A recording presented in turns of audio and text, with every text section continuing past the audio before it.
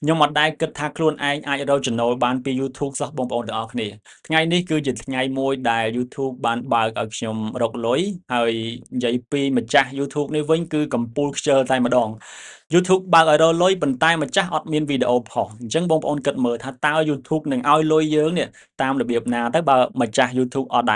ដែលផុសវីដេអូផងហ្នឹងអញ្ចឹងថ្ងៃនេះក៏សម្រេចចិត្តថាទាញកាមេរ៉ាទាញកុំព្យូទ័រដាក់ម៉ៃមួយអង្គុយនិយាយតែម្ដងទៅ ហើយមិនមែននិយាយអត់ប្រយោជន៍ទេគឺនិយាយពីប្រធានបទមួយចែកជូនទៅកាន់បងប្អូនទាំងអស់គ្នាបានទស្សនាផងហើយយកទៅគិតនិង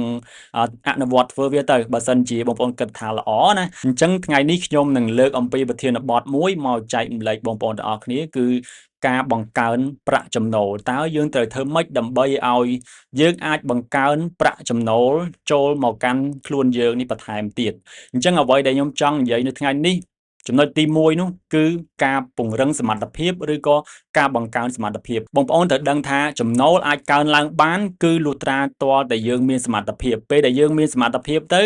យើងនឹងអាចរកចំណូលបានហើយការងារក៏វាមកតាមនឹងដែរអញ្ចឹងហើយបានជាមូលហេតុមួយដែលខ្ញុំបានបង្កើតនៅក្រុមអភិវឌ្ឍខ្លួនឲ្យសមាជិកគ្រប់រូបនៅក្នុងក្រុមហ្នឹងគាត់ព្យាយាមអភិវឌ្ឍខ្លួនអភិវឌ្ឍសមត្ថភាពរបស់ខ្លួនឯងឲ្យកើនឡើងព្រោះថានៅពេលដែលសមត្ថភាពកើនឡើងយើងអាចមានចំណេះដឹងមានជំនាញច្រើនការងារមកតាមហ្នឹងហើយឥឡូវខ្ញុំឧទាហរណ៍មួយបើសិនជាឱកាសការងារមួយហ្នឹងមកដល់បងប្អូនភ្លាមសួរថាតើបងប្អូននឹងអាចទៅធ្វើវាបានអត់ឧទាហរណ៍ថាយើងជាកម្មកររោងចក្រចុះស្រាប់តែនៅសុកគេឲ្យយើងdesign poster ឬក៏ហៅយើងទៅធ្វើការនៅក្នុងក្រុមហ៊ុនមួយសួរថាតើយើងហ៊ានទៅអត់ឬក៏យើងមានសមត្ថភាពទៅអត់បើសិនជាឱកាសការងារនឹងមកដល់ភ្លាមបងប្អូនប្រកាសជាបដិសេធឬក៏ប្រកាសជាមានអារម្មណ៍ថាស្ទាក់ស្ទើរអត់ហ៊ានចូលទៅធ្វើការនៅកន្លែងហ្នឹងទេអញ្ចឹងវាបាត់បង់ឱកាសមួយហើយវាបាត់បង់ឱកាសនៅក្នុងការបង្កើននៅប្រាក់ចំណូលព្រោះថានៅពេលដែលបងប្អូនផ្លាស់ប្ដូរការងារទៅអាចនឹងទទួលបាននៅប្រាក់ចំណូលលើសពីកន្លែងការងាររបស់យើងអានេះគឺជារឿងទី1ដែលខ្ញុំចង់និយាយគឺធ្វើយ៉ាងណាបង្កើនសមត្ថភាពរបស់យើងឲ្យខ្លាំងទើបអាចរកចំណូលបានចំណុចទី2នោះគឺបងប្អូនត្រូវតែឆ្លៀតពេលយ៉ាងណាធ្វើការឲ្យបានខ្លាំងជាងមុនគុណនឹង2ដងឬក៏ថែមម៉ោងអីចឹងទៅធម្មតាយើងតែងតែធ្វើការ7 8ម៉ោងមែនទេនៅក្នុងមួយថ្ងៃអញ្ចឹងបើសិនជាយើងចង់ឲ្យចំណូលយើងកើនឡើងតលតែយើងថែមម៉ោងថែមទៅ9ម៉ោងថែមទៅ10ម៉ោងអីចឹងទៅប្រាក់ខែរបស់យើងវានឹងកើនឡើងហើយព្រោះអាការថែមម៉ោងគេគុណលុយឲ្យអញ្ចឹងណាបើសិនជាមួយទៀតបើសិនជាកន្លែងការងារបងប្អូនអត់មានការថែមម៉ោងទេអញ្ចឹងសួរថាតើយើងត្រូវធ្វើម៉េចដើម្បីឲ្យចំណូលរបស់យើងនឹងអាចកើនឡើងបាន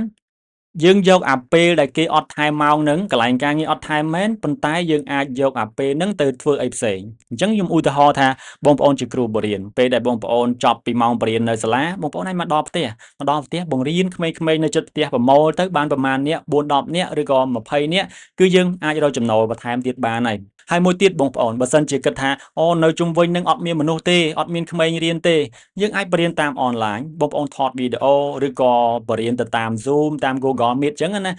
យ៉ាងហោចណាស់ក៏បាន4 10នាក់ឬក៏មានសិស្សម្នាក់អីក៏បានដែរឲ្យតែបងប្អូនគិតថាការបរៀនហ្នឹងគឺវាទទួលបានអត្ថប្រយោជន៍បានលុយមកបងប្អូនខ្លះទៅអាហ្នឹងគឺជាការបង្កើនពេលវេលាធ្វើការរបស់យើងតែបើយើងអត់ខិតខំប្រឹងប្រែងធ្វើការទេហើយយើងចង់បានចំណូលកើនឡើងក៏វាអត់កើតដែរហើយចំណុចទី3វិញនោះគឺខ្ញុំចង់ឲ្យបងប្អូនទាំងអស់គ្នាចាប់ផ្ដើមធ្វើ YouTube ទៅព្រោះថាការធ្វើ YouTube នេះបងប្អូនឃើញហើយ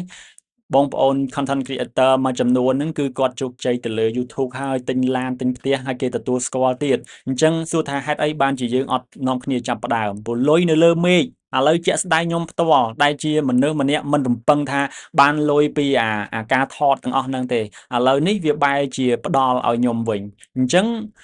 ខ្ញុំខិតខំប្រឹងប្រែងផលិតវីដេអូជូនបងប្អូនទាំងអស់គ្នាទស្សនាហើយខ្ញុំក៏បានចំណូលពីហ្នឹងយកមកអភិវឌ្ឍយកមកកសាងខ្លួនឯងពេលនេះគឺបងប្អូនអាចឃើញថាបន្ទប់របស់ខ្ញុំគឺមានទំហំប៉ុណ្ណឹងកាមេរ៉ារបស់ខ្ញុំក៏អត់ទាន់ល្អការនិយាយរបស់ខ្ញុំគឺអត់ទាន់ស្ទាត់ជំនាញប៉ុន្តែខ្ញុំជឿថា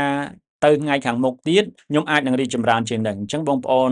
អាចនឹងឃើញកម្រិតរូបភាពច្បាស់ជាងមុន ឃើញការនិយាយរបស់ខ្ញុំល្អជាងមុនក៏ដោយសារតែការព្យាយាមរបស់យើងនឹងដែរបងប្អូនអញ្ចឹងយើងព្យាយាមពីមួយថ្ងៃទៅមួយថ្ងៃទៅហើយយើងធ្វើម៉េចបង្កើននៅប្រាក់ចំណូលរបស់យើងហើយដូចខ្ញុំនិយាយមិញអញ្ចឹងមាន3ចំណុចហ្នឹងអញ្ចឹងបងប្អូនអាចគិតមើលទៅថាតើខ្លួនឯងអាចធ្វើនៅក្នុងមួយណាបានទៅតាមសមត្ថភាពរបស់យើងហើយត្រូវចាំថាសមត្ថភាពយើងកើនឡើងទើបយើងអាចរកចំណូលបានមានការងារធ្វើអរគុណបងប្អូនទាំងអស់គ្នាបើសិនជាពេញចិត្តវីដេអូរបស់ខ្ញុំកុំភ្លេចចុច like ចុច subscribe នៅក្នុង YouTube របស់ខ្ញុំផងដើម្បីឲ្យខ្ញុំបានចំណូលកាន់តែច្រើនអរគុណជម្រាបលា